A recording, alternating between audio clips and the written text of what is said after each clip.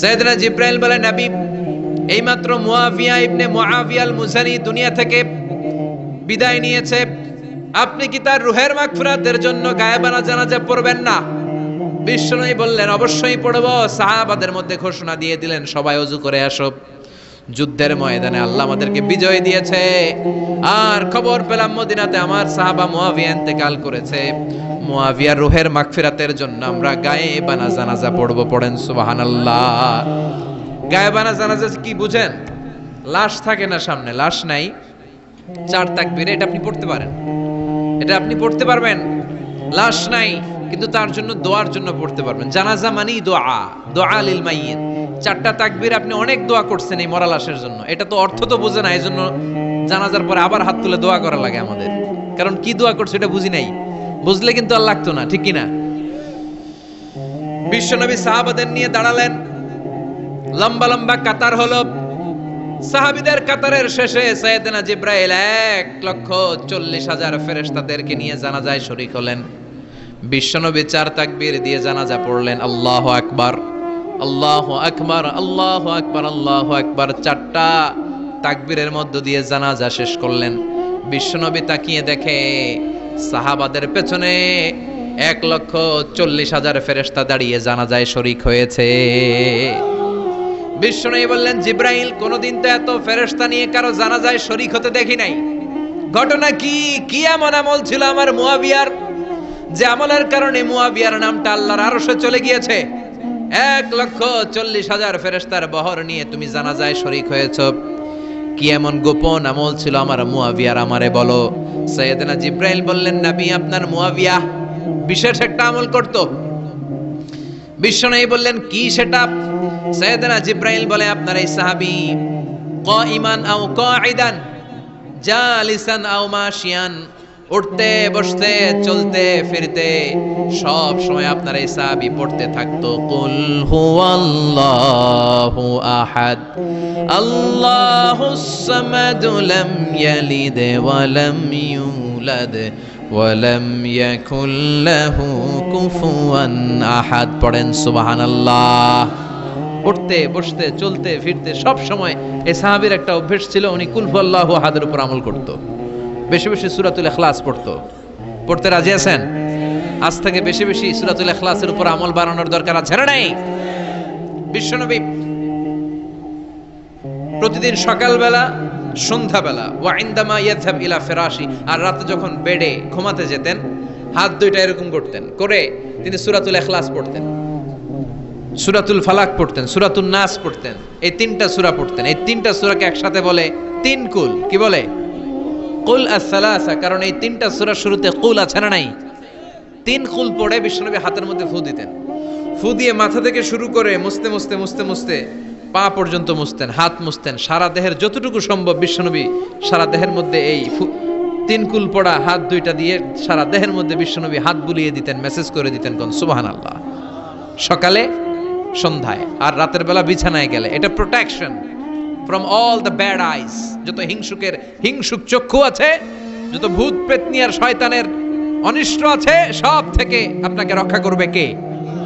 এজন্য প্রতিদিন এগুলো পড়বেন। কি কি পড়বেন? এরকম হাত দুইটা মিলায়া সূরা ইখলাস, সূরা ফালাক, সূরা নাস, তিনটার বলে একসাথে তিন কুল। কি বলে? আজকে থেকে এটার আমল করা যাবে। মা আয়েশা যখন অসুস্থ হতেন, বিশ্বনবীর কাছে যে বললেই বিশ্বনবী বলতেন, আয়েশা, হাত দুইটার একসাথে করো, সূরা ফালাক পড়ো, ইখলাস পড়ো, নাস পড়ো, ফু দাও, আর সারা দেহে মেসেজ করো। সুবহানাল্লাহ পড়েন। বিশ্বনবী একবার সেজদায় আছেন। কিসে আছেন? চিল্লা এখন। সেজদা অবস্থায় লাদাগাতহু আকরাব, একটা বিচ্ছু পোকা এসে বিশ্বনবীর হাতের মধ্যে কামড় দিয়েছে। বিচ্ছু কামড় দিলে খুব আরাম লাগে না? হ্যাঁ, বিষাক্ত, পয়জনাস, ভেনামাস। বিশ্বনবী ব্যথা পাচ্ছেন, প্রচন্ড ব্যথায় বিশ্বনবী অস্থির। বিশ্বনবী বললেন, লাআনাতুল্লাহি আলাল আকরাব, এই বিচ্ছুর উপর আল্লাহর লানত। এটা মুসল্লিও চিনে না, নবীও চিনে না, কোন জায়গায় কামড় দিতে হবে এটাও জানে না, কিন্তু কামড় দিয়েছে, ব্যথায় কাতরাচ্ছে। বিশ্বনবী বললেন, লবণের পানি গরম দাও, আঙ্গুলের উপরে ঢালো। লবণের পানি গরম দিয়ে আঙ্গুলের উপরে ঢালতে শুরু করে দিল। বিশ্বনবী পড়তে আরম্ভ করলো, কুল হুয়াল্লাহু আহাদ, আল্লাহুস সামাদ লাম ইয়ালিদ ওয়া লাম ইউলাদ ওয়া লাম ইয়াকুল লাহু কুফুয়ান আহাদ। পড়েন সুবহানাল্লাহ। এজন্য ব্যথা পেলে, সাপে কামড়ালে, বিচ্ছু কামড়ালে, বল্লা কামড়ালে, মধুপোকা কামড়ালে কি করবেন?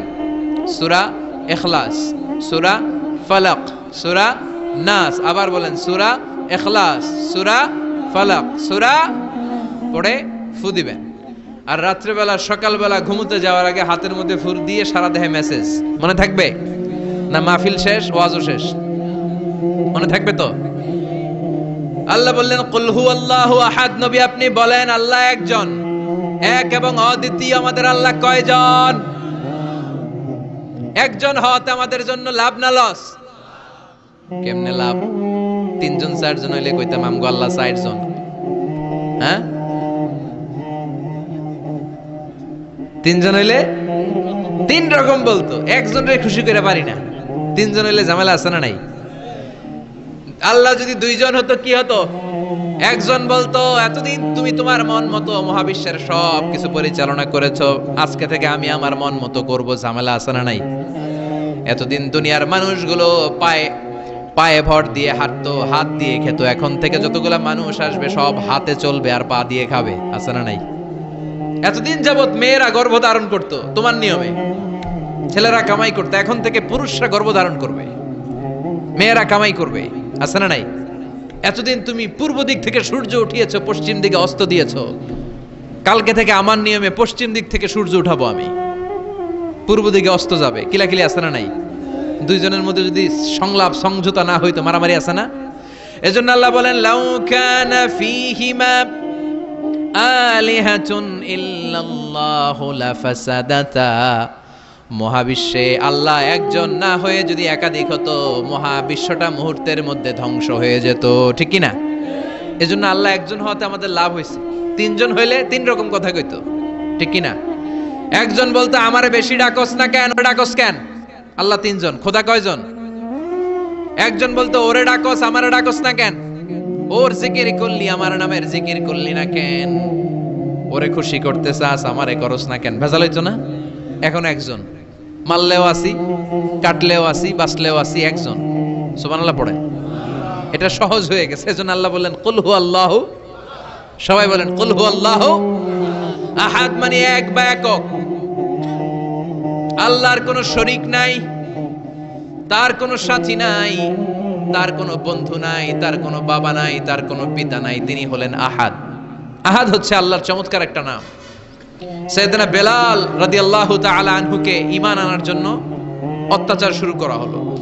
এমন কোন মাইর নাই তারা দেয়া হয় নাই, পিটিয়ে পিটিয়ে রক্তাক্ত করে জমিনে ফেলে রাখা হতো, পিটিয়ে গোশত হাড্ডি থেতলে ফেলা হতো।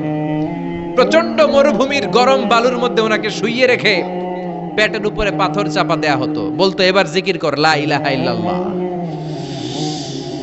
বেলাল আর জিকির করতে পারে না, লা ইলাহা ইল্লাল্লাহ শ্বাস বের হয় না,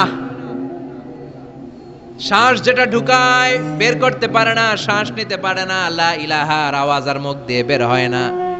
এবার বেলাল ছোট্ট করে আল্লাহর ডাকে পড়ে আহাদ। কি পড়ে? আরো জোরে পড়েন।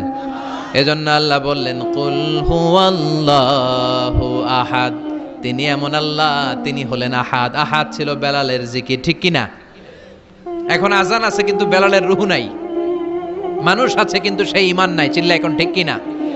আজ সেই কোরআন আছে, হাদিস আছে, সেই ঈমান আর মানুষ নেই, সেই আলী হায়দারে ওসমান নেই। আজানের ধ্বনি আছে আগেরই মতোই,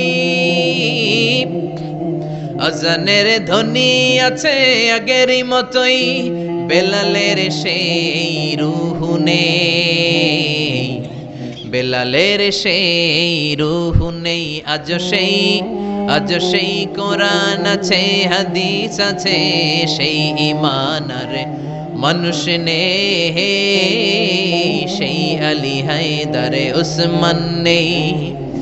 ফলসফা আছে আগেরই মতোই,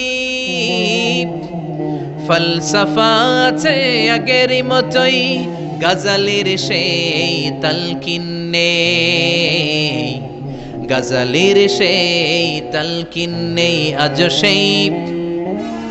আজ সেই কোরআন আছে, হাদিস আছে, সেই ঈমান আর মানুষ নে, সেই আলী হায়দারে উসমান নেই। চিল্লায় বলেন ঠিক কিনা?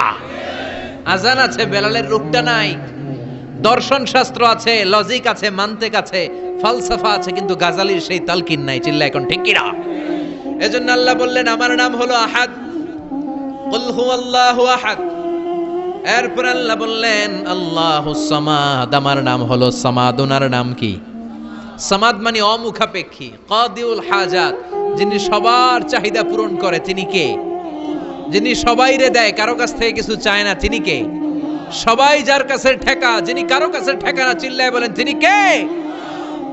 মা ইউসমাদু ইলাইহিল খালকু কুল্লু, যার দিকে গোটা পৃথিবী হাত পেতে ফরিয়াদ করে, যার দিকে পৃথিবীর সব সত্তা তাকিয়ে থাকে। তিনি রহমতের বারিধারা নাজিল করলে, তিনি রিজিক দিলে আমাদের বেঁচে থাকা সম্ভব। তিনি ছাড়া কেউ আমাদের রিজিকের যোগান দিতে পারে। তার নাম সামাদ। চিল্লায় বলেন তার নাম কি? আল্লাহ ডেকে বলে গোলাম লাউ আন্না আউওয়ালাকুম ওয়া আখিরাকুম ওয়া ইনসাকুম ওয়া জিন্নাকুম, তোমাদের শুরু থেকে শেষ পর্যন্ত, আদম থেকে শেষ পর্যন্ত যত লক্ষ কোটি মানুষ দুনিয়ায় আসবে, সবগুলো মানুষ বিশাল এক মরু প্রান্তরে দাঁড়িয়ে যদি আমি আল্লাহর কাছে চাইতে শুরু করে দাও, সবাই যদি আল্লাহর কাছে মনের সব চাওয়াগুলো বলে, আল্লাহ আমারে বাড়ি দাও, আমারে গাড়ি দাও, নারী দাও, এটা দাও, ওটা দাও, আমারে সব দাও, আল্লাহ সবাইকে সব যদি দান করে দেয়, আল্লাহর ক্ষমতার 1 ইঞ্চিও কমবে না। আল্লাহর ধনভাণ্ডারের 1 ইঞ্চিও ঘাটতি হবে না। সুবহানাল্লাহ পড়েন। এজন্য কেউ যেটা পারে না, পারে কে? আমাদের যার যা দরকার, আল্লাহ যদি সবাইরে সব দিয়ে দেয়, ওনার ভান্ডারের কিছু কমতি হবে? এজন্য ওনার নাম সামাদ। সবাই ওনার কাছে হাত পাতে। উনি হাত পাতে কার কাছে? কথা কন। সবাই ওনার কাছে ঠেকা, উনি ঠেকা কার কাছে? এজন্য আল্লাহ বললেন কুল হুয়াল্লাহু আহাদ, আল্লাহুস সামাদ, লাম ইয়ালিদ ওয়া লাম ইউলাদ ওয়া লাম ইয়াকুল লাহু কুফুয়ান আহাদ। লাম ইয়ালিদ ওয়া লাম ইউলাদ, তিনি জন্ম দেয়ও নাই, জন্ম নেয়ও নাই। সুবহানাল্লাহ পড়েন। আমার বাবা আছে না? আপনার বাবা আছে না? আল্লাহর বাবা আছে? সুবহানাল্লাহ পড়েন। আমাদের ছেলে মেয়ে হয় না? আমাদের কারো ছেলে হয়, কারো মেয়ে হয়। আল্লাহর ছেলে মেয়ে আছে? কথা কন। মক্কার মুশরিকরা বলতো আল মালাইকাতু বানাতুল্লাহ, ফেরেশতারা আল্লাহর মাইয়া। কি কইতো? ফেরেশতারা আল্লাহর মেয়ে। আর বলতো সাইয়েদনা উযার আলাইহিস সালাম আল্লাহর ছেলে, সাইয়েদনা ঈসা আলাইহিস সালাম আল্লাহর ছেলে, ফেরেশতারা হলো আল্লাহর মেয়ে। আল্লাহ বলে ভুল বললি, লাম ইয়ালিদ ওয়া লাম ইউলাদ। সুবহানাল্লাহ। তার কোনো নসবনামা নাই, আমাদের নসবনামা আছে।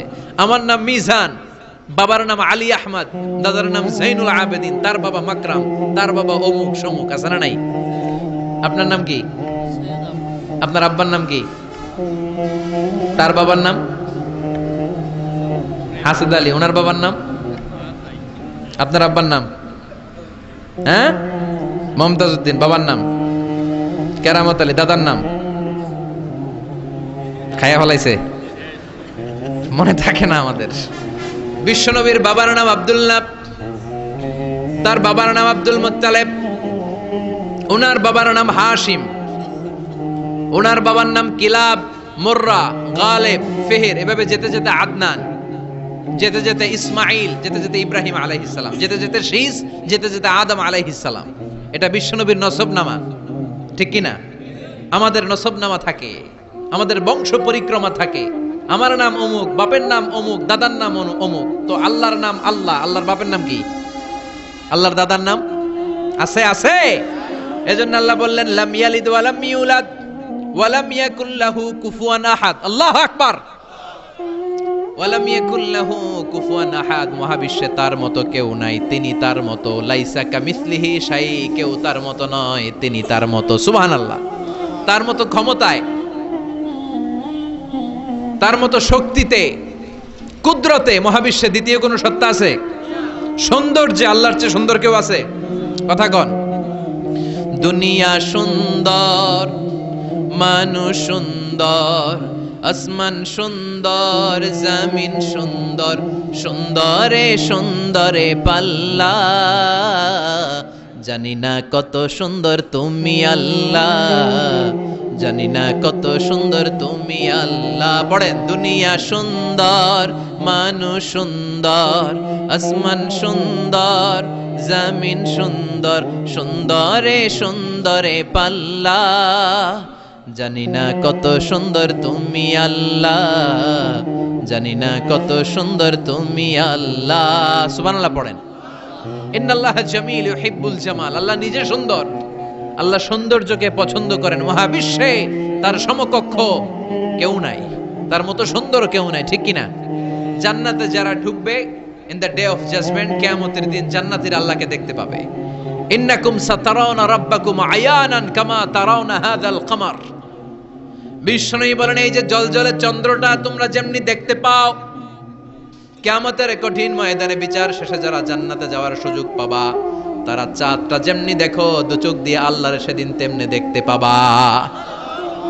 জান্নাতীদেরকে নাজ নেয়ামত সব দেওয়ার পরে আল্লাহ বলবেন, ও জান্নাতীরা, কোরআনে হাদিসে নবীর কাছে আলেমদের মুখে যত নাজ নেয়ামতের কথা শুনেছো সব পাইছো না? সবাই বলবে, আল্লাহ পেয়েছি, অনেক মौज मस्ती করেছি, জান্নাতকে মজা লেলো, জান্নাত তোমারই হ্যায়, সব পাইছি আল্লাহ সব। এক জান্নাতি হাত তুলে বলবে, আল্লাহ একটা পাই নাই। কি পাস নাই? কয় আপনারাই তো পাই নাই। সুবহানাল্লাহ কইবেন না? আল্লাহ আপনারে পাই নাই। তখন আল্লাহ তাআলা নিজের গোপন সৌন্দর্যকে সেদিন জান্নাতীদের কাছে প্রকাশ করে দিবে। বিশাল এক কনফারেন্স রুমে জান্নাতের ভেতরে লক্ষ লক্ষ নবীদেরকে নিয়ে বসবেন, সবার সামনে থাকবে বিশ্বনবীর সিংহাসন। সুবহানাল্লাহ পড়েন। তারপরে অন্যান্য নবীরা, আল্লাহর ওলিরা, শাহিদরা, সালেহিনরা, মুমিন বান্দারা, আপনারা সবাই থাকবেন ওই দিন ইনশাআল্লাহ। কোন আল্লাহ তার নিজের সৌন্দর্য প্রকাশ করবেন জান্নাতীদের সামনে। লক্ষ লক্ষ কোটি কোটি জান্নাতীরা বসে থাকবে, আল্লাহ দেখাবেন ওনার সৌন্দর্য। 70,000 নূরের পর্দার কথা আমরা বলি, বর্ণনাটা দাঈফ, আসলে যে কত পর্দা আল্লাহই ভালো জানে। আমরা বলে থাকি 70,000। এই পর্দার অন্তরাল থেকে আল্লাহ তাআলা নূরের ঝলকানি একটু জান্নাতীদের দেখিয়ে দিবেন। উজুহু ইয়াউমা ইযিন নাযিরা ইলা রাব্বিহা নাযিরা। জান্নাতীরা পাগল হয়ে থাকবে আল্লাহর দেখার জন্য। আল্লাহ এক সেকেন্ডের ক্ষুদ্র ভাগ, এক মাইক্রো সেকেন্ড, এক মাইক্রো সেকেন্ডের 1000 ভাগ করলে এক ন্যানো সেকেন্ড, এক ন্যানো সেকেন্ডের জন্য আল্লাহ নূরের ঝলকটা জান্নাতীদের দেখিয়ে দিবেন। এক সেকেন্ডেরও কম সময় দেখাবেন, দেখিয়েই নাই, কিন্তু এক সেকেন্ডের জন্য কি যে এক ঝলক দেখলো জান্নাতীরা এরকম তাকায় থাকবে। এক তাকানোতে লক্ষ বছর কোটি বছর চলে যাবে, সামনে কিন্তু আল্লাহর নূর নাই। ওই যে এক সেকেন্ড দেখাইছিল, পাগলের মতো তাকিয়েই থাকবে, লক্ষ কোটি বছর গুজরিয়ে যাবে। সুবহানাল্লাহ পড়েন। এজন্য সে আল্লাহ বললেন, কুল হুয়াল্লাহু আহাদ আল্লাহুস সামাদ লাম ইয়ালিদ ওয়া লাম ইউলাদ ওয়া লাম ইয়াকুল লাহু কুফুয়ান আহাদ। কুল হুয়াল্লাহু আহাদ। ও নবী, আপনি বলেন, আমি এক, আমি অদ্বিতীয়, আমার শরীক নাই। আল্লাহ নামটা এত মজার নাম, দেখেন হাজার হাজার বছর ধরে এই মহাবিশ্বে যত আল্লাহর প্রিয় বান্দারা একটা নামের জিকির করে। নামটা কি? কি নাম? আল্লাহরে প্রাণ থেকে, হৃদয় থেকে একটা ডাক দেন, চিল্লায় পড়েন আল্লাহ। হৃদয় থেকে আল্লাহরে ডাকেন, পড়েন ইয়া আল্লাহ। হাজার বছর ডাকলেও পুরান লাগবে না, পুরাতন মনে হয় না। প্রতিদিনই নিত্য নৈমিত্তিক নামটারে নতুন মনে হয়, ঠিক কিনা? এজন্য আল্লাহ বললেন, হুয়াল আউয়ালু ওয়াল আখিরু ওয়াল যাহিরু ওয়াল বাতিন ওয়া হুয়া বিকুল্লি শাইইন আলিম। প্রথমেও আমি, শেষেও আমি, গোপনেও আমি, প্রকাশ্যেও আমি, ঠিক কিনা?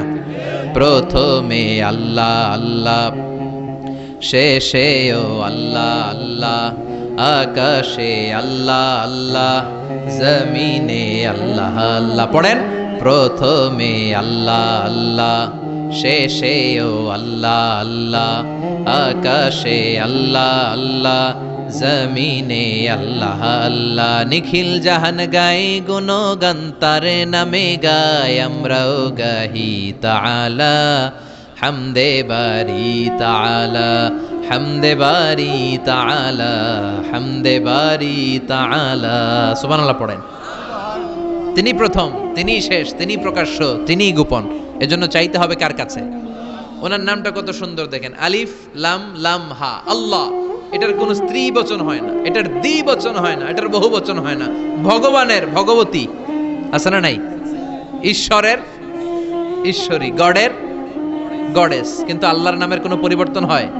কি মজার নাম! বিপদে পড়লেই আমরা জপি। বিপদ যত বেশি হয় আল্লাহর নামের জিকির তত বেশি। আবার বিপদ যখন চলে যায় আল্লাহর নামের জিকিরও বন্ধ হয়ে যায়। এরকম ডাকাত আছে না নাই? ফাইদা রাকিবু ফিল ফুলকি দাআবুল্লাহ মুখলিসিনা লাহুদ্দিন ফালাম্মা নাজ্জাহুম ইলাল বাররি ইযা হুম ইউশরিকুন। আল্লাহ বলেন আমার কিছু কুলাঙ্গার বান্দা আছে যেগুলো বিপদে পড়লে আমার নামের জিকির করে, বিপদ চলে যায় আমি আল্লাহরে গালি মারে। এরকম ডাকাত আছে না নাই? ভূমিকম্প, আল্লাহ বাঁচাও, ভূমিকম্প নাই, দুম্বা চলে দম, আছে না নাই?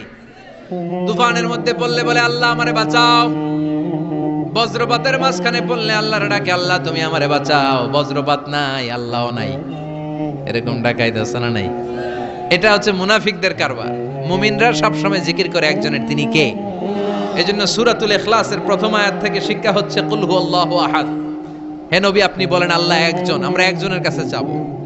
আমরা একজনের কাছে মনের জ্বালা, যন্ত্রণা, আকুতি, চাহিদা সব পেশ করব। আমাদের মনের যা চায় সব দিলেও তার ঘাটতি হবে না। চিল্লা এখন ঠিক কিনা? এরপর আয়াতে আল্লাহ বললেন আল্লাহুস সামাদ, তিনি অমুখাপেক্ষী। গোটা বিশ্বের সবাই আল্লাহর কাছে ফরিয়াদ করে, আল্লাহ কারো কাছে ফরিয়াদ করে না, ঠিক কিনা? এরপর আল্লাহ বললেন লাম ইয়ালিদ ওয়া লাম ইউলাদ, তিনি কাউরে জন্ম দেন নাই, জন্ম নেন নাই। সুবহানাল্লাহ পড়েন।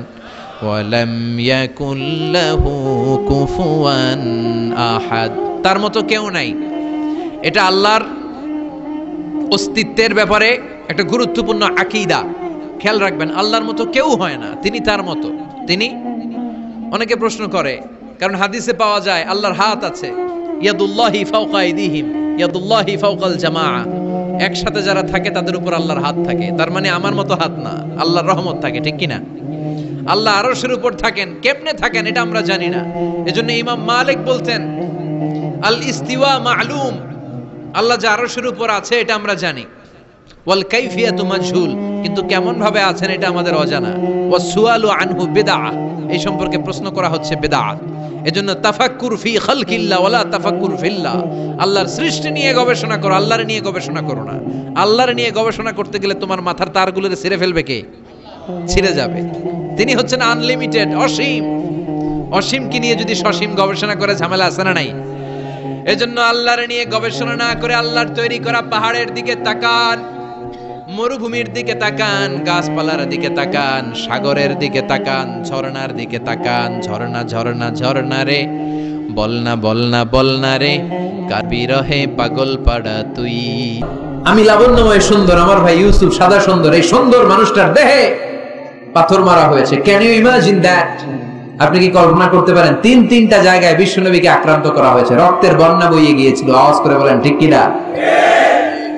খেয়ে না খেয়ে দিন প্রচারের কাজে নিজেকে দিয়েছ বিলিয়ে, তাই ফেরে কাফিরেরা চিনল না সে আলো, দুষ্ট ছেলেদের পিছু দিল লেলিয়ে।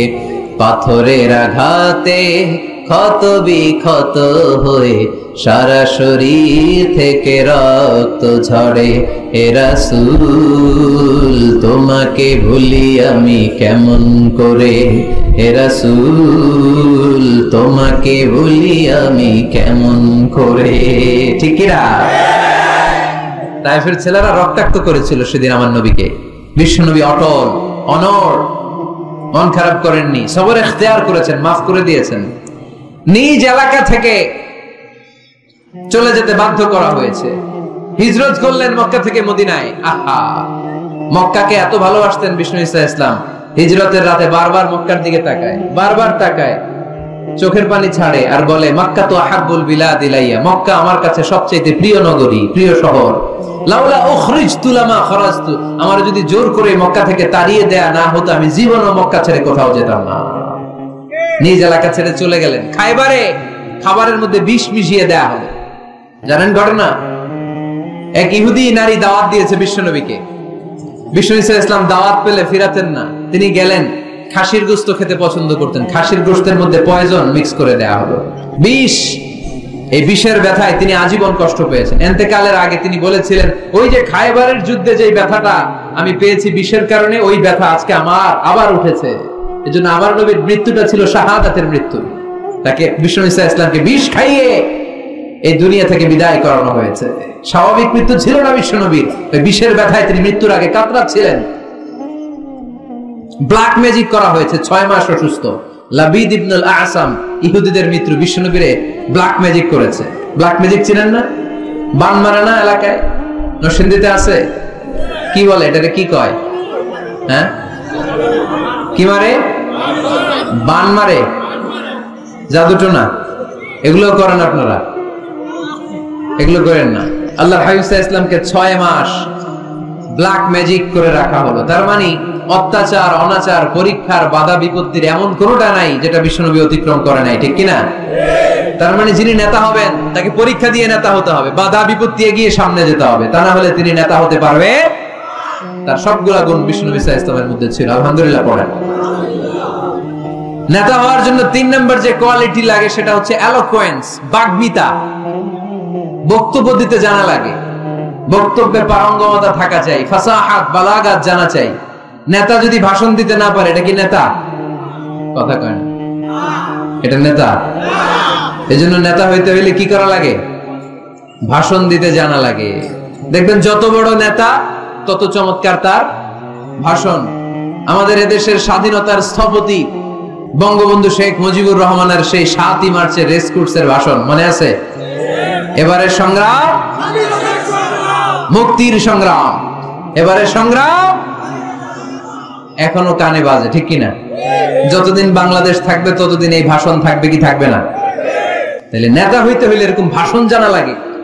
বারাক ওবামার নাম শুনছেন? কথা কয় না, শুনছেন? শুনছেন? এই লোকটাও চমৎকার ভাষণ দিতে জানতো।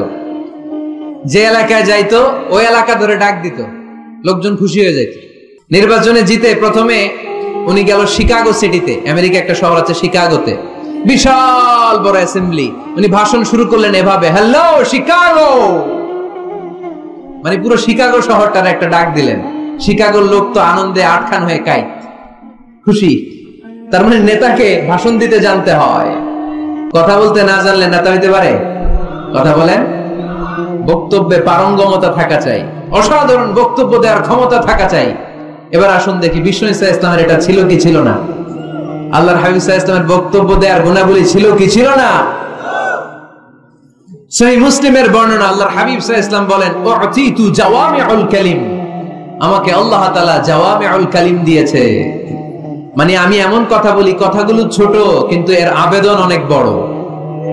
আমি কথা বলি অল্প কিন্তু এটার impact in the heart of people, in the heart of the listener, যারা শুনে তাদের হৃদয়ে এটার প্রভাব অনেক বেশি। আমার কথাগুলো concise in wording but comprehensive in meaning. বলি কম, অর্থ বেশি। 1000 লাইন ব্যাখ্যা করো, আমার কথাকে ব্যাখ্যা শেষ করা যায় না। চিল্লায় বলেন ঠিক কি না? তিনি জাওয়ামিউল কালিম জানতেন, এত সুন্দর পরিষ্কার পরিচ্ছন্ন আরবি ভাষায় তিনি কথা বলতেন। আবার আম্মা জান বলেন, সেই বুখারীর বর্ণনা, আল্লাহর হাবিব সাল্লাল্লাহু আলাইহি ওয়াসাল্লাম যখন বক্তব্য রাখতেন, লাউ আদাহুল আদুল আহসাহু, কেউ যদি চাইতো আল্লাহর হাবিব সাল্লাল্লাহু আলাইহি ওয়াসাল্লাম বক্তব্যে কয়টা বাক্য বলেছেন, কয়টা শব্দ বলেছেন, কয়টা বর্ণ ব্যবহার করেছেন, চাইলে প্রতিটা বাক্য আর শব্দ হাতে গোনা যেত। সুবহানাল্লাহ নাই? এত সুন্দর পরিচ্ছন্ন আরবিতে তিনি বক্তব্য করতেন, কথা বলতেন। লাউ আদাহুল আদুল আহসাহু, কেউ চাইলে গুনতে পারতো যে রাসূল সাল্লাল্লাহু আলাইহি ওয়াসাল্লাম ওনার ভাষণে কয়টা বাক্য বলেছেন, ওনার এই বক্তব্যে তিনি কয়টা শব্দ ব্যবহার করেছেন, চাইলেই গুনা যেত। সুবহানাল্লাহ পড়েন। আল্লাহর হাবিব সাল্লাল্লাহু আলাইহি ওয়াসাল্লাম যখন বর্ণনা করতেন, বুখারীর বর্ণনা, আ'আদাহা সালাসান, গুরুত্বপূর্ণ কোনো কথা বললে এটা 3 বার রিপিট করতেন, হাত্তা তুফহামা আনহু, যাতে এটা সহজে বোঝা যায়। গুরুত্বপূর্ণ কথা বলার সময় কয়বার বলতেন? আল্লাহর হাবিব সাল্লাল্লাহু আলাইহি ওয়াসাল্লাম একবার তাকওয়ার ওয়াজ করছিলেন আর বলছিলেন, আত-তাকওয়া হা হুনা, আত-তাকওয়া হা হুনা, আত-তাকওয়া হা হুনা, ওয়া ইউশিরু ইলা সাদরিহি 3 মাররাত। তাকওয়া এখানে, তাকওয়া এখানে, তাকওয়া এখানে বলে তিনি অন্তরের দিকে 3 বার ইঙ্গিত করেছেন। সুবহানাল্লাহ পড়বেন না? তাকওয়া থাকে কোন জায়গায়? কোথায়? নাকি আল্লাহর হাবিব বলছেন আত-তাকওয়া হা হুনা, আত-তাকওয়া হা হুনা? আত-তাকওয়া হাহুনা, কি বলছেন? আত-তাকওয়া হাহুনা, তাকওয়া থাকে হৃদয়ে। তার মানে গুরুত্বপূর্ণ কথা বলার সময় আল্লাহর হাবিব সাল্লাল্লাহু আলাইহি ওয়াসাল্লাম 3 বার রিপিট করতেন, সুবহানাল্লাহ পড়েন। এরপর আম্মা জান আয়েশা রাদিয়াল্লাহু তাআলা আনহা বর্ণনা করেন, বুখারীর বর্ণনা, ইয়াতাকাল্লামু বিকালামিন বাইয়িন ফাসলিন, আল্লাহর হাবিব যখন কথা বলতেন, ইয়াতাকাল্লামু বিকালামিন বাইয়িন, সুস্পষ্ট ভাবে কথা বলতেন, ফাসলিন, থেমে থেমে কথা বলতেন, ইয়াতাহাফফাযুহু মান জালাসা ইলাই, তার আশেপাশে যারা বসে থাকতো চাইলে সবগুলো কথা সহজেই মুখস্থ করে ফেলতে পারতো। ইয়াতাকাল্লামু বিকালামিন বাইয়িন, সুস্পষ্ট কথা বলতেন, অস্পষ্ট কোনো কথা আল্লাহর হাবিব সাল্লাল্লাহু আলাইহি ওয়াসাল্লাম কখনো বলেন নাই। ফাসলিন, থেমে থেমে, এক বাক্য শেষ আরেক বাক্য, এক কথা শেষ আরেক কথা। ইয়াতাহাফফাযুহু মান জালাসা ইলাই, এত সুন্দর করে বলতেন তার আশেপাশে যারা বসা চাইলে এগুলো মুখস্থ রাখতে পারতো। আওয়াজ করে পড়তে হবে আল্লাহু আকবার। আবার আল্লাহর নবী মাঝে মাঝে আবেগ ঘন বক্তব্য দিতেন। সাহাবারা বলেন, বিশ্বনবী মাঝে মাঝে এমন বক্তব্য রাখতেন, ওয়াজিলাত মিনহাল কুলুব যারাফাত মিনহাল আয়ুন, বিশ্বনবীর বক্তব্য শুনে আমাদের হৃদয় বিগলিত হয়ে যেত, বিশ্বনবীর আলোচনা শুনে, নসিহত শুনে আমাদের চোখ দিয়ে দাঁড় দাঁড় করে পানি ঝরতো,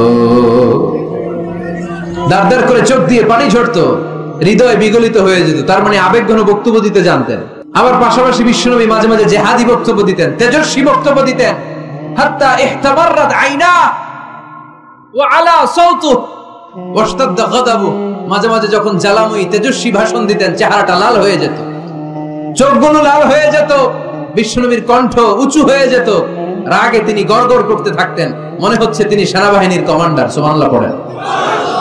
এই বর্ণনাগুলো থেকে বোঝা যায় একজন বক্তার বক্তব্য দেওয়ার যত কোয়ালিটি থাকতে পারে, যত চমৎকার বক্তব্যের পারঙ্গমতা থাকতে পারে, তার সবগুলো আমার নবীর মধ্যে ছিল কি ছিল না? আওয়াজ করে বলেন, ছিল কি ছিল না? তার মানে নেতৃত্বের যে গুণাবলী, তার 3 নাম্বার গুণাবলী হচ্ছে বাগ্মিতা, এলোকুয়েন্স। নেতার কথা বলতে জানতে হবে, আর তার সবগুলো গুণ আমার বিশ্বনবীর জীবনের মধ্যে পাওয়া যায়, ঠিক কিনা? আপনাদের কি কষ্ট হচ্ছে? নেতৃত্ব দেওয়ার 4 নাম্বার গুণাবলী হচ্ছে, the leader should be broad minded, he shouldn't be the narrow minded। নেতা হইতে হইলে বড় মনের হইতে হবে, কলিজাটা হইতে হবে এত বড়, পুরো দেহটাই হইতে হবে কলিজা। কথা কয় না? পুরো দেহটাই কলিজা, ঠিক কিনা? নেতা যদি ন্যারো মাইন্ডেড হয়, এটা কি নেতা? নেতা হতে হবে broad minded. The leader should be accommodative mentalities, নেতার অ্যাকোমোডেট করার মেন্টালিটি হতে হবে। উনি সবার, যেমন আমাদের বাংলাদেশের গণপ্রজাতন্ত্রী বাংলাদেশের প্রধানমন্ত্রী, মাননীয় প্রধানমন্ত্রী শেখ হাসিনা, উনি কি শুধু আওয়ামী লীগের নেতা? কথা কয় না। শুধু বিএনপির নেতা? শুধু জামাত ইসলামের নেতা? জাতীয় পার্টির নেতা? শুধু জাসদের নেতা? উনি কার নেতা? উনি এই বাংলাদেশের 17 কোটি মানুষের নেতা, ঠিক কিনা? আপনি নেতা হইলে আপনি সবার হবেন। আপনি এমপি, আপনার নির্বাচনী এলাকায় যারা আছে আপনি সবার এমপি। আপনি এলাকার পুরুষদের এমপি, এলাকার নারীদের এমপি, এলাকার হিজড়াগুলারও এমপি আপনি। চিল্লা এখন, ঠিক কিনা? আপনি সবার। আপনার হৃদয়টা হইতে হবে এরকম আকাশের মতো বিশাল, সাগরের মতো উদার। নেতা হইতে হইলে ব্রড মাইন্ডেড হইতে হয়, অ্যাকোমোডেটিভ হইতে হয়, তাই না? এবার আসেন দেখি, আমার বিষ্ণু ইসলাম যে নেতা ছিলেন, উনি কি ন্যারো মাইন্ডেড ছিলেন না ব্রড মাইন্ডেড? কথা বোঝে নাই বোধহয়। ব্রড মাইন্ডেড ছিলেন। কত ব্রড মাইন্ডেড? আল্লাহ রাসূল সাল্লাল্লাহু আলাইহি ওয়াসাল্লামের ব্যাপারে আল্লাহ পাক বললেন, ওমা আরসালনাকা ইল্লা রাহমাতাল লিল আলামিন, I have sent you as a mercy for the entire universe। নবী হে, আমি আপনাকে গোটা বিশ্বের সবার জন্য রহমত করে, বিশ্ববাসীর জন্য রহমত করে প্রেরণ করেছি। বুঝে শুনে উত্তর দিয়েন তো, আল্লাহকে এখানে বলছেন ওমা আরসালনাকা ইল্লা রাহমাতাল লিল মুসলিমিন, বলছে রাহমাতাল লিল মুত্তাকিন, রাহমাতাল লিল মুসাল্লিন, কি বলছে? আল্লাহ বলেছেন ওমা আরসালনাকা ইল্লা রাহমাতাল লিল আলামিন। নবী হে, আমি আপনাকে গোটা বিশ্বের সবার জন্য রহমত করে দুনিয়ায় প্রেরণ করেছি। তিনি সবার জন্য রহমত, সবার জন্য। আল্লাহ রাসূল সাল্লাল্লাহু আলাইহি ওয়াসাল্লাম ছিলেন ব্রড মাইন্ডেড, সবার জন্য তিনি রহমত, মানুষের জন্য রহমত, জিন জাতির জন্য রহমত, ফেরেশতাদের জন্য রহমত, মৎস্যকুলের জন্য রহমত, পক্ষীকুলের জন্য রহমত, গোটা বিশ্বের সবার জন্য, আস্তিকদের জন্য যেমনি রহমত, নাস্তিকদের জন্য রহমত, ঠিক কিনা? আল্লাহর হাবিব সাল্লাল্লাহু আলাইহি ওয়াসাল্লাম একবার একটা লাশ দেখে দাঁড়িয়ে গেলেন। কি দেখে? লাশ দেখে দাঁড়ালেন। সাহাবারা বললেন, ইন্নাহু ইয়াহুদি। নবী, ইন্নাহু ইয়াহুদি, এটা ইহুদির লাশ, আপনি দাঁড়ালেন যে? আল্লাহর হাবিব সাল্লাল্লাহু আলাইহি ওয়াসাল্লাম বললেন, আওয়ালাইসাত নাফসান, এটা কি মানুষ না? হোক না ইহুদি, হোক না খ্রিস্টান, হোক না আস্তিক আর নাস্তিক, আমি তো মানুষ দেখে দাঁড়াইছি। সুবহানাল্লাহ কইবেন না? এজন্য সবাইরে আগে মানুষ মনে করবেন। আগে কি মনে করবেন? পরে দলাদলি কইরেন। আমরা দেখা মাত্র বলি কোন পীরের মুরিদ? দেখা মাত্র প্রথম প্রশ্ন কি? হ্যাঁ, কোন পীরের মুরিদ? কোন দল করেন? হ্যাঁ, ভারতপন্থী না পাকিস্তানপন্থী? আছে না নাই? এই যে দলাদলি, খালি পিস পিস করি, খালি ভাগাভাগি। যারা পিস পিস করে আল্লাহ এদেরকে পিস পিস করে ফেলবে, ঠিক কিনা? বিষ্ণুনবী এসেছেন মিলানোর জন্য, মিলিয়ে দেওয়ার জন্য বিষ্ণু ইসলামের আগমন ঘটেছে, আর আমরা খালি পিস পিস। আমরা আহলে হাদিস মসজিদ বানাই এক জায়গায়, এক এলাকায় আহলে হাদিস মসজিদ, আরেক এলাকায় হারাও বানাইছে হানাফি মসজিদ। আছে না নাই?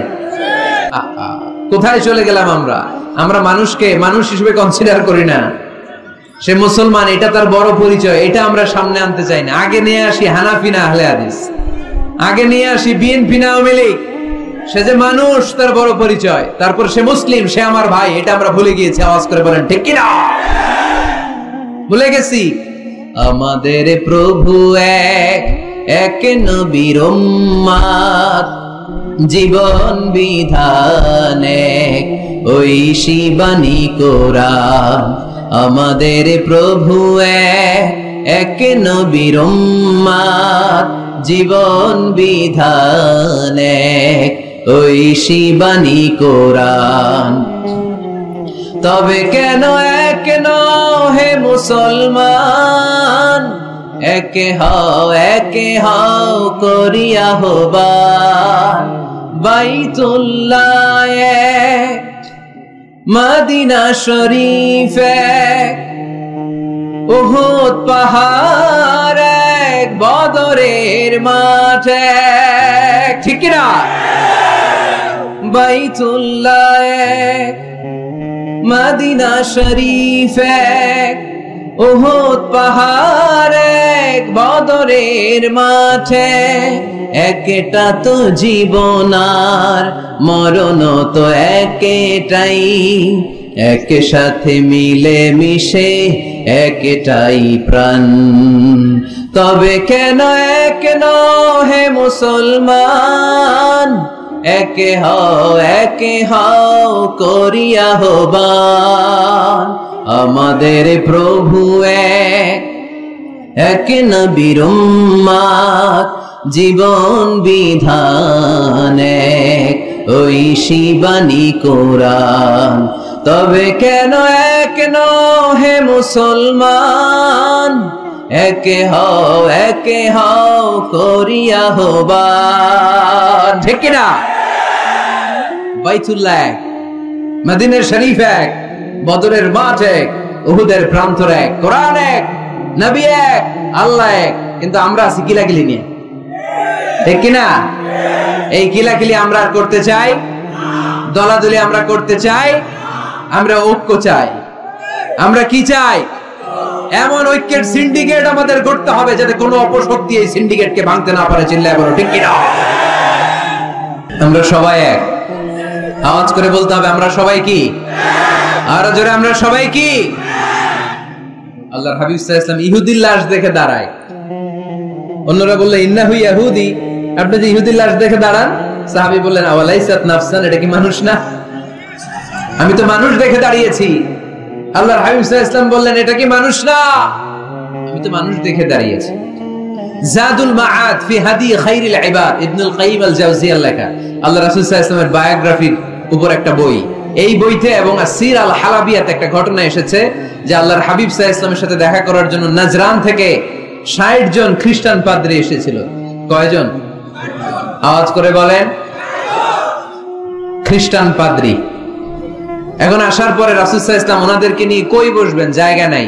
এক সাহাবী বলে এক কাজ করি, যেহেতু দুপুরবেলা আসছে, পাহাড়ের ছায়া আছে, এই ছায়াতে নিয়ে বসি। আল্লাহর হাবিব বললেন না, এরা খ্রিস্টান মেহমান, আবার পাদ্রী, ওই ধর্মের আলেম, এদের কি বুঝি পাহাড়ের মরুভূমিতে নিয়ে বসা যায়? আরেক সাহাবী বললেন, ইয়া রাসূলুল্লাহ, আমার খেজুর বাগানের সব খেজুর পেড়েছি, এবার খেজুরের পাতাগুলো কাটলে সমস্যা নাই, সব খেজুরের পাতা কেটে বাগান থেকে এনে আমি খেজুর পাতার একটা বিছানা বানায় দেই বড় করে, এটাতে নিয়ে বসে। আল্লাহর হাবিব সাল্লাল্লাহু আলাইহি ওয়াসাল্লাম বললেন, এটা কথা বললা? এরা খ্রিস্টান পাদ্রী, এদেরকে খেজুর পাতার বিছানায় বসানো যায়? কই বসাবো? বলতে বলতে 60 জন খ্রিস্টান পাদ্রী চলে আসছে। আল্লাহর হাবিব সাল্লাল্লাহু আলাইহি ওয়াসাল্লাম উপায় অন্তর না দেখে 60 জন খ্রিস্টান পাদ্রীর জন্য মসজিদে নববীর দরজা খুলে দিয়েছেন। আল্লাহর নবীর মসজিদে খ্রিস্টানরা ঢুকতে পারে। আল্লাহর নবী ইহুদিকে দেখে সম্মানার্থে দাঁড়িয়ে যায়। ইসলাম হচ্ছে ঐক্যের নাম, ইসলাম হচ্ছে ভালোবাসার নাম, ইসলাম হচ্ছে ভ্রাতৃত্বের নাম। এজন্য নেতা হইতে হইলে কলিজা হইতে হবে কত বড়? কত বড়? হাত দিয়ে দেখাও মুসলমান কত বড়? এত বড় কলিজা লাগবে, ব্রড মাইন্ডেড হওয়া লাগবে নেতা, অ্যাকোমোডেটিভ মেন্টালিটির হতে হবে। আল্লাহর হাবিব সাল্লাল্লাহু আলাইহি ওয়াসাল্লাম সব সময় অ্যাকোমোডেটিভ মেন্টালিটির ছিলেন, সবাইকে অ্যাকোমোডেট করতেন, দলাদলি নাই। আজকের এই মাহফিলে আওয়ামী লীগের নেতারা আছে না নাই? বিএনপির ভাইয়েরা আছে না নাই? জামাত ইসলাম আছে না নাই?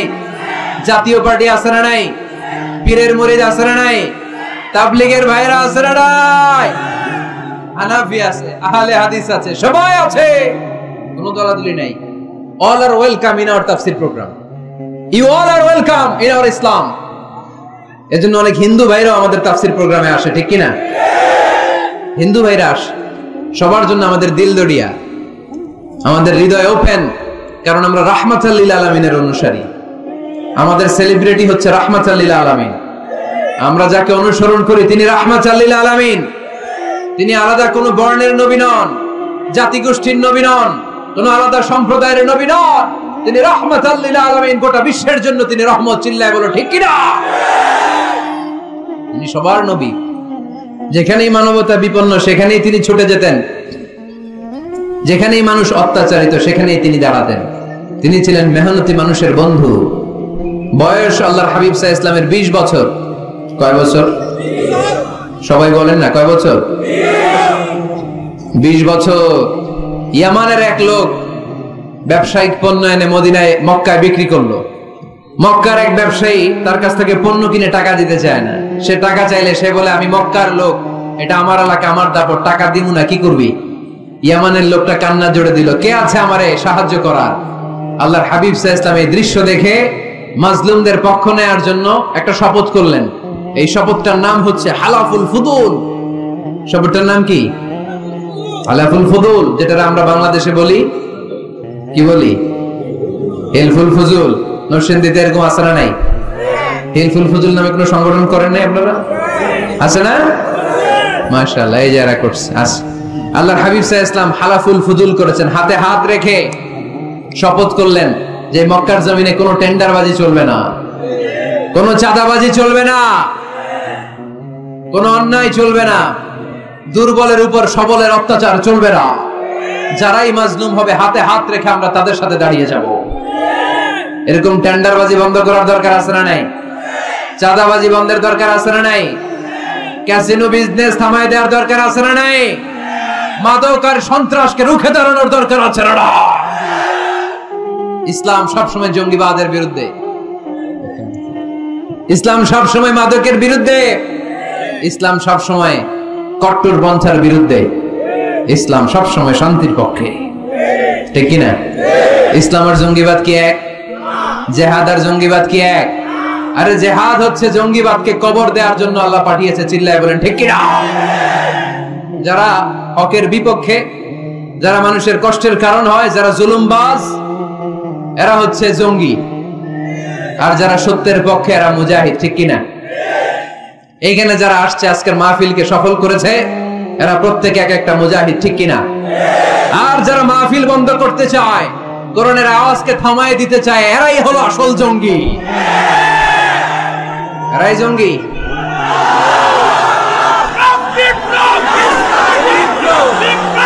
আল্লাহর হাবিব সাল্লাল্লাহু আলাইহি ওয়াসাল্লাম তিনি সব সময় সত্যের পক্ষে ছিলেন। তার মানে এই পৃথিবীতে সবচেয়ে বড় মুজাহিদের নাম হচ্ছে মুহাম্মদ সাল্লাল্লাহু আচ্ছা দেখি আপনাদের কমন সেন্স কতটুকু। আল্লাহর হাবিব যদি সবচেয়ে বড় মুজাহিদ হয়, তাহলে আল্লাহর হাবিব সাল্লাল্লাহু আলাইহি ওয়াসাল্লামের সময়ের সবচেয়ে বড় জঙ্গিটার নাম কি? আবু জাহেল, ঠিক কিনা? মুসা আলাইহিস সালাম ছিলেন মুজাহিদ, তার মানে ওনার সময়ের সবচেয়ে বড় জঙ্গিটার নাম কি? ইব্রাহিম আলাইহিস সালাম ছিলেন মুজাহিদ, ওনার সময়ের সবচেয়ে বড় জঙ্গির নাম কি?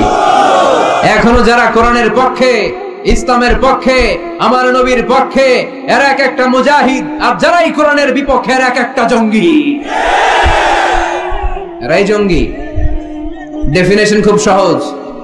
যারা হকের পক্ষে মুজাহিদ, যারা কল্যাণের পক্ষে এরা মুজাহিদ, যারা হকের বিপক্ষে এরা জঙ্গি। এই জঙ্গিবাদের কবর রচনা করার জন্য আল্লাহ তাআলা জিহাদকে ফরজ করেছেন। এজন্য জিহাদ আর জঙ্গিবাদকে কখনো গোলানো যাবে। আল্লাহর হাবিব সাল্লাল্লাহু আলাইহি ওয়াসাল্লাম ছিলেন মেহনতি মানুষের বন্ধু। মেহনতি খেটে খাওয়া মানুষকে আমার নবী এত ভালোবাসতেন যে বিদায় হজের মতো এত গুরুত্বপূর্ণ ভাষণেও বাদ যায়নি খেটে খাওয়া মানুষের কথা।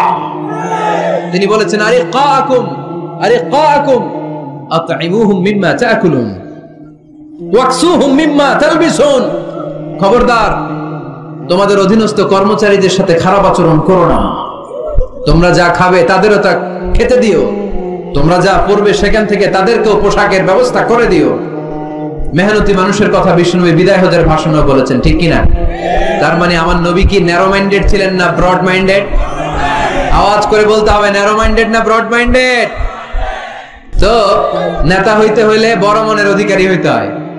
তার মানে এই কোয়ালিটি আমার নবীর মধ্যে ছিল কি ছিল না? আওয়াজ করে বলতে হবে, ছিল কি ছিল না? কষ্ট হইতেছে আপনাদের? নেতা হওয়ার জন্য 5 নম্বরে যে গুণটা লাগে সেটা হচ্ছে ট্রুথফুলনেস এন্ড দ্য ট্রাস্টওয়ার্দিনেস। নেতার সত্য কথা বলা লাগবে আর আমানতদার হওয়া লাগবে, ঠিক কি না? মিথ্যা কথা বললে এটা কি নেতা? এটা কি? হ্যাঁ, আমি কই নাই, আপনারা কইছেন, আমার কোনো দোষ নাই। ট্রাস্টওয়ার্দিনেস থাকতে হবে, মানে আমানতদারিতা থাকতে হবে।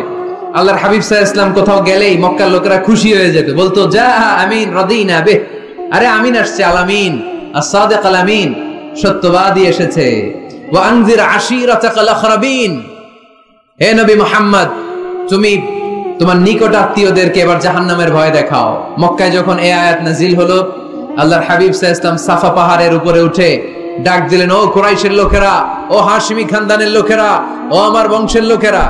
ডাক দেওয়ার সাথে সাথে সব লোক, কারণ কণ্ঠটা চিনা, সবাই বুঝতে পারছে এটা মুহাম্মদ সাল্লাল্লাহু আলাইহি ওয়াসাল্লামের কণ্ঠ। মক্কার সব লোকেরা, ইসলামের একেবারে প্রাথমিক যুগের কথা শোনাচ্ছি, তখনও তিনি বেশি দাওয়াতি কার্যক্রম শুরু করেন নাই। উনি বললেন, ও আমার হাশিমি খানদানের লোকেরা, ও আমার আত্মীয়রা। বিষ্ণু সাল্লাল্লাহু আলাইহি ওয়াসাল্লামের কণ্ঠ ছিল পরিচিত, সবাই বের হয়ে আসে, এসে বলল, মুহাম্মদ কেন ডেকেছো? আল্লাহর হাবিব সাল্লাল্লাহু আলাইহি সাল্লাম বললেন, আমি যদি এখন তোমাদেরকে বলি, এখনই আমি যদি তোমাদের বলি এই সাফা পাহাড়ের পেছনে একদল নাঙ্গা তলোয়ার নিয়ে ঘোড়সওয়ার তোমাদেরকে কচু কাটার জন্য অপেক্ষা করছে, তোমরা কি আমার কথা বিশ্বাস করবা? আমার কথা শুনতেছেন আপনারা? মনোযোগ আছে না গেছে? আল্লাহর হাবিব সাল্লাল্লাহু আলাইহি ওয়াসাল্লাম বললেন, আমি যদি বলি সাফা পাহাড়ের পেছনে নাঙ্গা তলোয়ার নিয়ে একদল ঘোড়সওয়ার তোমাদেরকে কচু কাটার জন্য অপেক্ষা করছে, বিশ্বাস করবা? মক্কার সবগুলো লোক একসাথে বলল, নাআম, অবশ্যই বিশ্বাস করব, কারণ মা জাররাবনা আলাইকা ইল্লা সিদকা, মুহাম্মদ আমরা জীবনে তোমার থেকে একদিনও একটা মিথ্যা কথা শুনি নাই। We have never been experienced a single lie from you in our life. কথাটার ওজন কত খেয়াল করতে হবে। এই কথাটার ওজন কতটুকু খেয়াল করেন। এলাকার লোকেরা ঘোষণা দিয়ে দিচ্ছে, মা জাররাবনা আলাইকা ইল্লা সিদকান, we have never ever experienced a single lie from you. আমরা আমাদের জীবনে কোনোদিন তোমার থেকে একটা মিথ্যা কথা শুনি নাই, তাই তুমি যাই বলবা তাই বিশ্বাস করো। সুবহানাল্লাহ কইতে পারলেন না? চিন্তা করছেন? চিন্তা করছেন এলাকাবাসীর মন্তব্য বিষ্ণু ঈসা ইসলামের ব্যাপারে কত দামি মন্তব্য। এই এক মন্তব্যে বিগত 40 বছরের সার্টিফিকেট আছে, চিল্লায় বলেন ঠিক কিনা? বিগত 40টি বছর আমার নবী মক্কায় বড় হয়েছেন, মক্কায় ভেড়া চড়িয়েছেন, আম্মা জান খাদিজার আন্ডারে ব্যবসা করেছেন। বিশ্বনবী সব ছিল এই মক্কাবাসীদের সাথে। এই মক্কাবাসীরা এক বাক্যে বিগত 40 বছরের সার্টিফিকেট দিয়ে দিলেন, we have never ever been experienced a single lie from you Muhammad, মা জাররাবনা আলাইকা ইল্লা সিদকান, আমরা জীবনে বিগত 40 বছরে তোমার থেকে একটা মিথ্যা শুনি নাই, তাই তুমি যাই বলবা তাই বিশ্বাস করো। সুবহানাল্লাহ। এত আস্তে। নেতা হইতে হইলে এরকম নেতা হওয়া লাগবে, যাতে এলাকার লোক বলতে না পারে যে আপনি মিথ্যাবাদী। সবগুলো লোক যেন দাঁড়িয়ে বলে, জীবনে এর মুখে কোনোদিন মিথ্যা শুনি নাই, জীবনে আমাদের কোনো কাজ করতে যে আমাদের কাছ থেকে একটা পানও খায় নাই, জীবনে আমাদের কাছ থেকে কোনো টাকা নেয় নাই, আজীবন শুধু দিছে, নেয় নাই, দিয়ে গেছে, কিছু চায় নাই। এরকম নেতা হওয়া দরকার আছে না নাই? আল্লাহ রাসূল সাল্লাল্লাহু আলাইহি ওয়াসাল্লাম এতটাই আমানতদার ছিলেন, আম্মা জান খাদিজাতুল কুবরা রাদিয়াল্লাহু তাআলা আনহা শুধুমাত্র কেবলমাত্র বিশ্বনবীর আমানতদারিতায় মুগ্ধ হয়ে বিশ্বনবীকে বিয়ের প্রস্তাব দিয়েছে। শুধু আমানতদারিতা দেখে তিনি বিয়ের প্রস্তাব দিয়েছিলেন। এতটাই আমানতদার ছিল বিশ্বনবী সাল্লাল্লাহু আলাইহি ওয়াসাল্লাম। কাফির মুশরিকরাও আমানতের প্যাকেট বিশ্বনবীর কাছে রেখে যেত। একজন এসে বলল, আমি তায়েফে যাব, এইখানে 5000 দিরহাম মুহাম্মদ তোমার কাছে আমানত রেখে গেলাম। দল করে আবু জাহেলের। দল করে কার? কথা বুঝে নেই বোধহয়। দল করে কার? আমানত রাখতে আসে কার কাছে? আল্লাহর হাবিব যদি বলতেন দল করো আবু জাহেলের, আমার কাছে আমানত কেন, আবু জাহেলের কাছে রাখো, ওরা কয় না, দল করি পেছে পয়রা, আমানত আপনার কাছে রাখতে হবে। কারণ এই টাকার প্যাকেট যদি আবু জাহিল্লার কাছে রাখি, কয়দিন পরে আইসা দেখবো টাকাও নাই, প্যাকেটও নাই। ঠিক কি না? কি বড় আমানতদার ছিলেন বিষ্ণু ইসলাম। আহা, আমানতের মাল দিয়ে বিষ্ণুনবীর ঘর বোঝাই করা ছিল। আল্লাহর হাবিব যে রাতে মক্কা থেকে মদিনায় হিজরত করতে যাবেন, ওই রাতে এই আমানতের সম্পদগুলো বুঝিয়ে দেওয়ার জন্য চাচাতো ভাই আলী রাদিয়াল্লাহু তাআলা আনহুকে ডেকে অ্যাপয়েন্টমেন্ট দিয়েছেন যে, আলী, আমি তো চলে যাচ্ছি আমার জন্মভূমি মক্কা ছেড়ে মদিনায়, এই আমানতের সম্পদগুলো তোমার দায়িত্বে, তুমি বুঝাইয়ে দেবা। সাইয়েদনা আলী রাদিয়াল্লাহু তাআলা আনহু বলেন, একদিন নয়, 2 দিন নয়, এই আমানতের মালামালগুলো মক্কার লোকদের কাছে পৌঁছাতে আমার 3 দিন সময় লেগেছে। সুবহানাল্লাহ বলতে পারলেন না? টানা 3 দিন সময় নিয়ে তিনি আমানতের সম্পদ বুঝিয়ে দিয়েছেন। এজন্য বিষ্ণু বলেছেন, ইদা দুকিয়াতিল আমানাতু ফান্তাযিরিস সাআ। সহিহ বুখারীর বর্ণনা, যখন আমানতের খেয়ানত হয়ে যাবে তখন কিয়ামত হয়ে যাবে। এখন আমানতের খেয়ানত আছে না নাই? সাহাবারা বললেন, ইয়া রাসূলুল্লাহ, কাইফা ইদাআতুহা, কেমন করে আমানতের খেয়ানত হয়? বিশ্বনবী বললেন, ইদা উসিদাল আমরু ইলা গায়রি আহলিহি ফান্তাযিরিস সাআ। যে লোক যেই চেয়ারে বসার যোগ্য নয়, তারে যখন ওই চেয়ারে বসিয়ে দেয়া হবে তখন কিয়ামত হয়ে যাবে।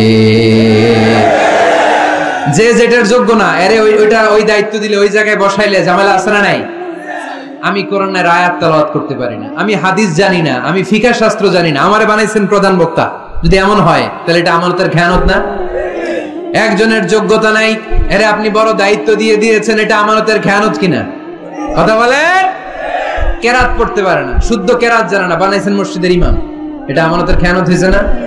যেই লোক যেই চেয়ারে বসার যোগ্য না, তারে যদি ওই চেয়ারে বসায় দেন, আমানতের খেয়ানত হয়ে যাবে। আর যখনই আমানতের খেয়ানত শুরু হয়ে যাবে তখনই কিয়ামত হয়ে যাবে। চিল্লায় বলেন ঠিক কি না? তাহলে নেতা হইতে চাইলে সত্যবাদী হন, নেতা হইতে চাইলে আমানতদার হন, বিশ্বনবীর মতো। কার মতো? কার মতো? কথা বুঝতে পারছেন? আরো শুনবেন? হ্যাঁ, হুজুর শেষ করে দেই নাকি? কষ্ট পাচ্ছে। যেই পরিমাণে লোক, যেই পরিমাণে এখানে 8টা প্রজেক্টরে, ওইখানে লক্ষ লক্ষ লোক, আপনারা সেফলি এক্সিট করতে 1 ঘন্টা লাগবে। থামেন থামেন।